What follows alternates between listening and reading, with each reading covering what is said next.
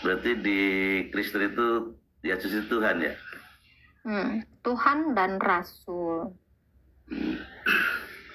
Kok Tuhan dan Rasul? Iya dong. Tuhan aja kali. Tuhan apa Rasul? Oke. Kamu laki-laki atau seorang bapak? Oke. Kalau begitu berarti Kamu seorang laki-laki atau bapak? saya laki-laki. Berarti nggak seorang bapak? Nah, bapak juga, bapak dari anak-anak. Oh, nggak boleh atuh. Laki-laki aja atuh. Tapi kamu maksa Tuhan saya harus jadi Tuhan aja atuh. Nggak boleh jadi Rasul juga. Kamu juga. Saya paksa. Jadi laki-laki aja atuh. Jangan jadi bapak. Gimana? Logis ya? Enggak, yang saya mau tanyakan ini Mbak. Ya. Kalau Tuhan Yesus itu berarti dilahirkan ya? Keilahiannya itu tidak dilahirkan, tapi sudah ada dalam kekekalan. Yang dilahirkan itu adalah kemanusiaan Yesus, bukan keilahiannya. Karena Tuhan saya tadi kan saya bilang, Tuhan juga Rasul, Allah juga manusia. Allah dan juga manusia, seperti itu. Bingung juga ya kalau itu ya. Aku juga bingung, Pak. Kamu ini laki-laki atau seorang bapak, aku juga bingung. Kamu seorang suami nggak, Pak? Saya tanya. Ya udah itu aja, ini aja yang fokus ini aja. Jangan. Bukannya ini Tuhan itu dilahirkan dari Bunda Maryam.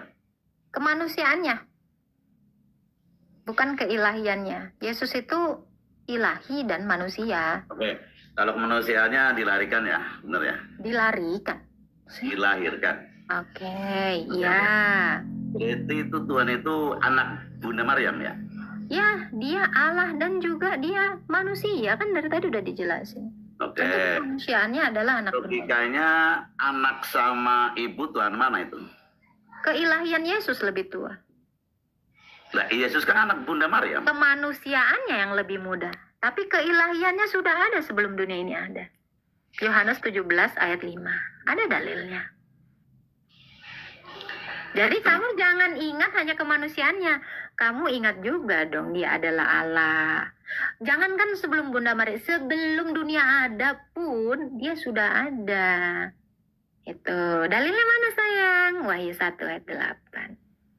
Sudah ada, yang ada dan yang akan datang, yang awal dan yang akhir, yang maha kuasa. Itu dalilnya di dalam Wahyu 1 ayat 8. Pak, aku tanya Pak, Bapak baru ada sekarang? Baru tahu, baru ini, baru. Enggak, Bapak baru ada sekarang atau waktu dilahirkan ibu Bapak? Dilahirkan dong. Aku kan taunya kamu sekarang aja tahu-tahu udah tua.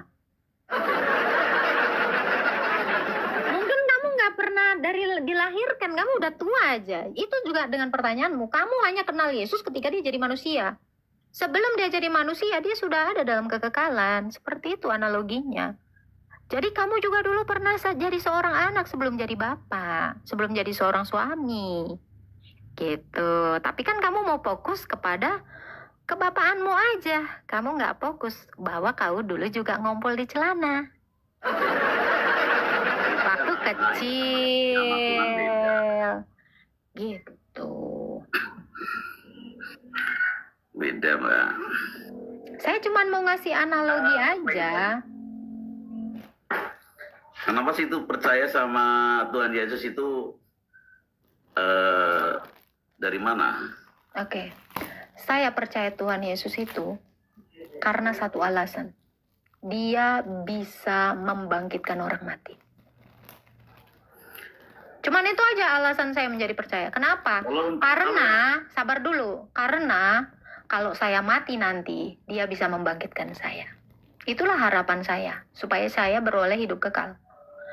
Saya tidak butuh uang, saya tidak butuh jodoh, saya tidak butuh dunia ini. Kenapa? Karena tidak bertuhan pun saya bisa dapat semua itu.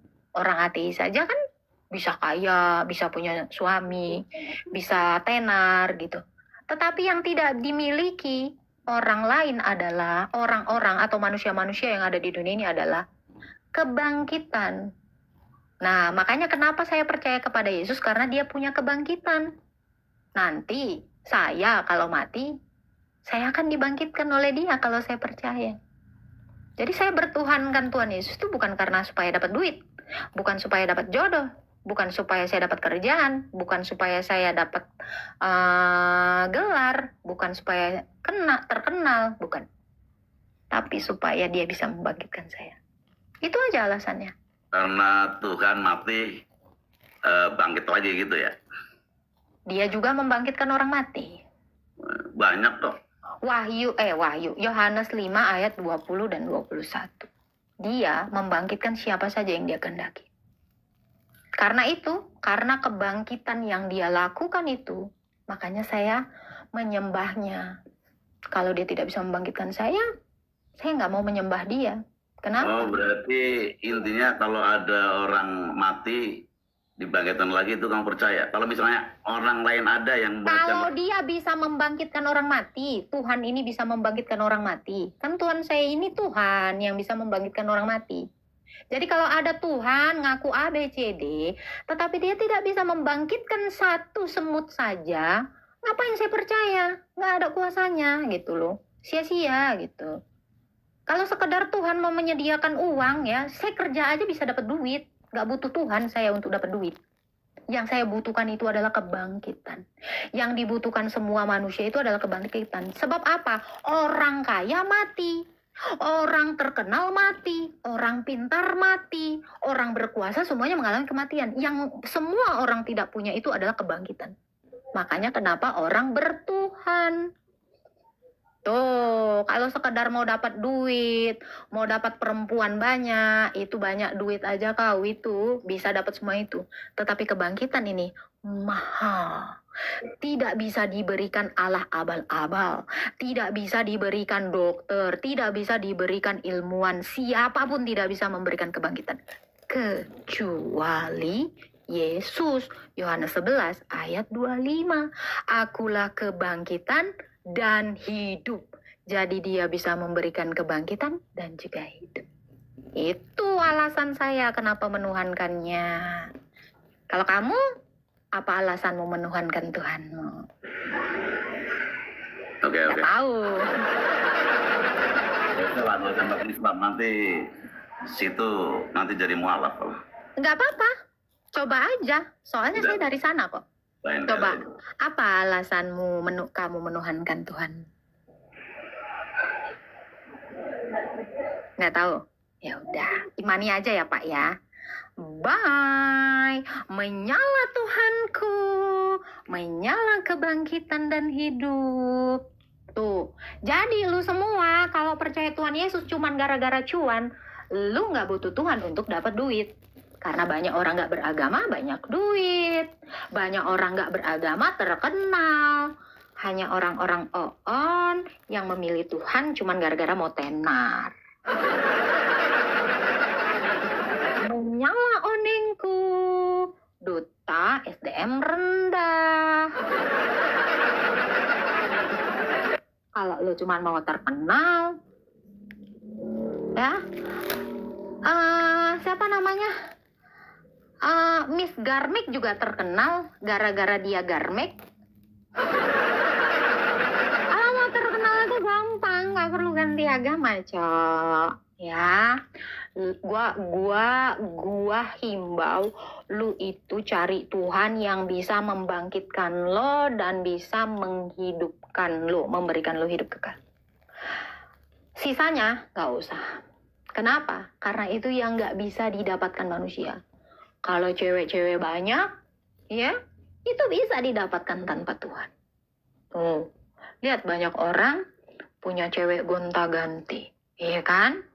Itu mah terlalu simple, gitu. Tapi kebangkitan dan hidup itu nggak akan pernah, menyala Indonesiaku. Sekali lagi dong. Gitu. Makanya simple-simple aja. Jangan lupa follow anak Abah. Cantik ya Bunda ya, pakai Sangat Indonesia sekali, merdeka. Halo Dani. Halo, selamat sore. Ya, silakan Pak mau bertanya apa Pak Dani? Dia pakai baju, Hah? lagi pakai baju oblong. Ah,